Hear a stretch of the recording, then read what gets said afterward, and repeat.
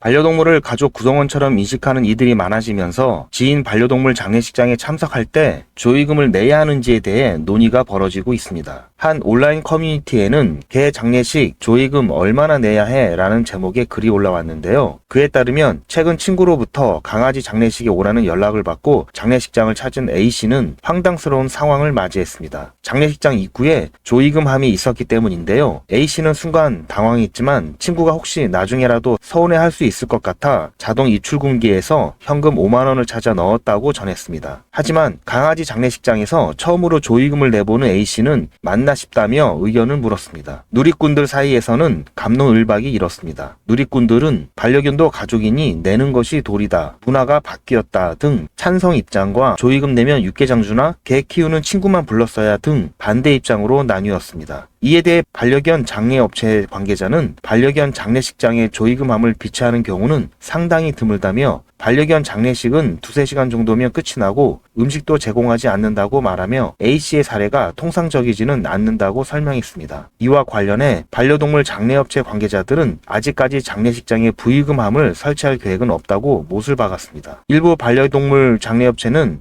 모바일 부고장을 통해 조의금 받기 서비스를 시행하고 있습니다. 이에 대해 부고장을 받은 사람들이 부담스러울 수 있다는 이야기도 나옵니다. 최근 일본 정부가 라인을 뺏기 위한 네이버 축출에 나섰는데요. 이후 소프트뱅크의 야후제펜과 네이버가 라인의 경영권을 두고 협상을 진행했었습니다. 그런데 최근 보도에 따르면 이 소프트뱅크가 일본 라인의 경영권을 놓고 네이버와 진행 중인 지분 매각 협상이 난항을 겪고 있다는 언론의 보도가 나왔습니다. 라인은 동일본 대지진이 일어난 지난 2011년 네이버 기술을 기반으로 일본에 뿌리를 내렸습니다. 네이버와 소프트뱅크는 지난 2021년 지분을 50대 50으로 나눠 갖고 라인 야후를 지배해왔는데요. 이후 라인은 일본 국민 메신저로 자리 잡으며 이제는 일본인 9,700만 명이 사용할 정도입니다. 그러다 지난해 11월 개인정보 유출 사고가 터집니다. 네이버 자회사가 해킹을 당해 52만 명의 개인정보가 유출된 겁니다. 그러자 일본 총무성은 2차례의 행정지도를 통해 네이버와의 자본관계를 재검토하라고 지시했습니다. 일본 현지 언론은 라인 야후의 보고서는 총무성 관계자들을 화나게 했다라며 4월에 대책이 불충분해 라인 야후의 2차 행정지도를 내렸다고 전했습니다. 마스모토 일본 총무상 또한 지난 행정지도에 대한 대응이 불충분했다는 것을 무겁게 받아들이고 철저하게 대응하길 기대합니다 라고 발표했다고 했습니다. 그러면서 네이버에 의한 지배적 자본관계도 포함해 과제가 있다고 생각한다 라고 말했습니다.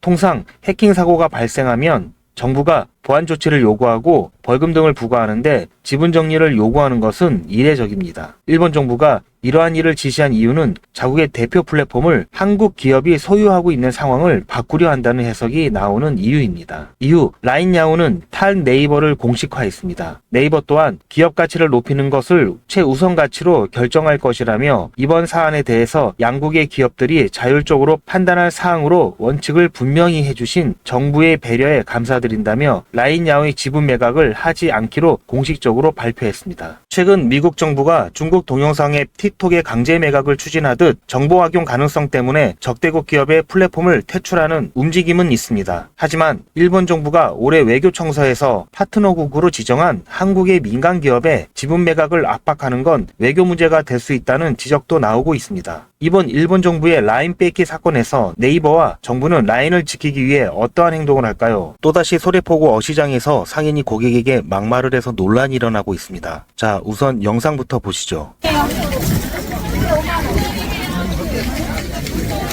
자리 갖고 없는 건 말이야. 사지도 않으면서 처음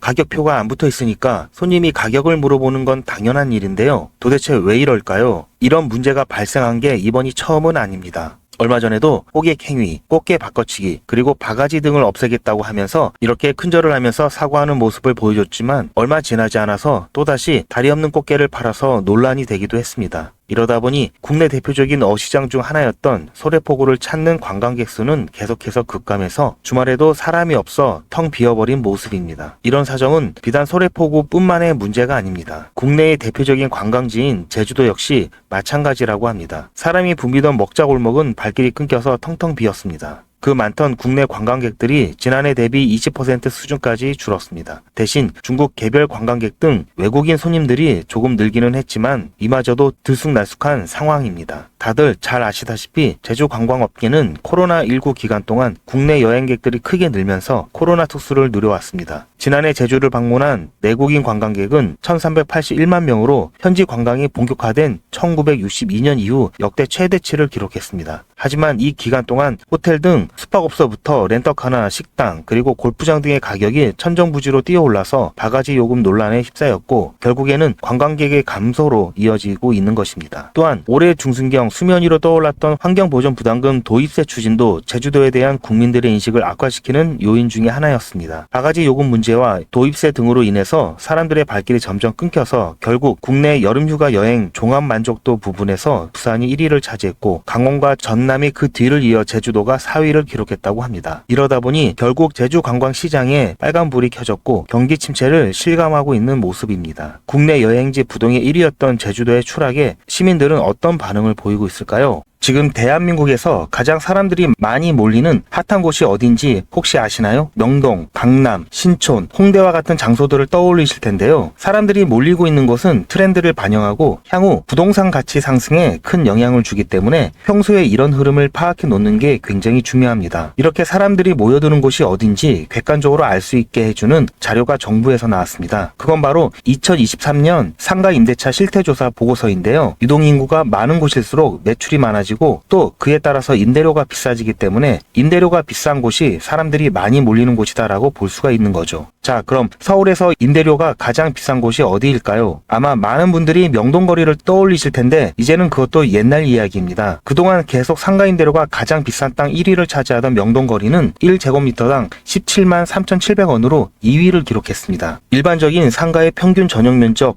약 18평 기준으로 하면 임차인은 한 달에 월세로 약 1,045만 원을 지출하고 있는 셈입니다. 3위 역시 명동인데 명동역 근처는 명동거리보다는 조금 더 쌌습니다. 1제곱미터당 15만 3,600원으로 월세는 921만 원 정도 수준이었고 4위는 압구정 로데오역 부근으로 1제곱미터당 13만 800원으로 월세는 약 845만 원 정도가 됐습니다. 마지막으로 5위는 강남역으로 1제곱미터당 13만 7,900원이며 월세로는 827만 원 정도가 되겠네요. 그럼 명동과 강남을 이긴 임대료 1위 지역은 어디일까요? 서울시에 따르면 1제곱미터당 18만 700원으로 북창동이 1위에 이름을 올렸습니다.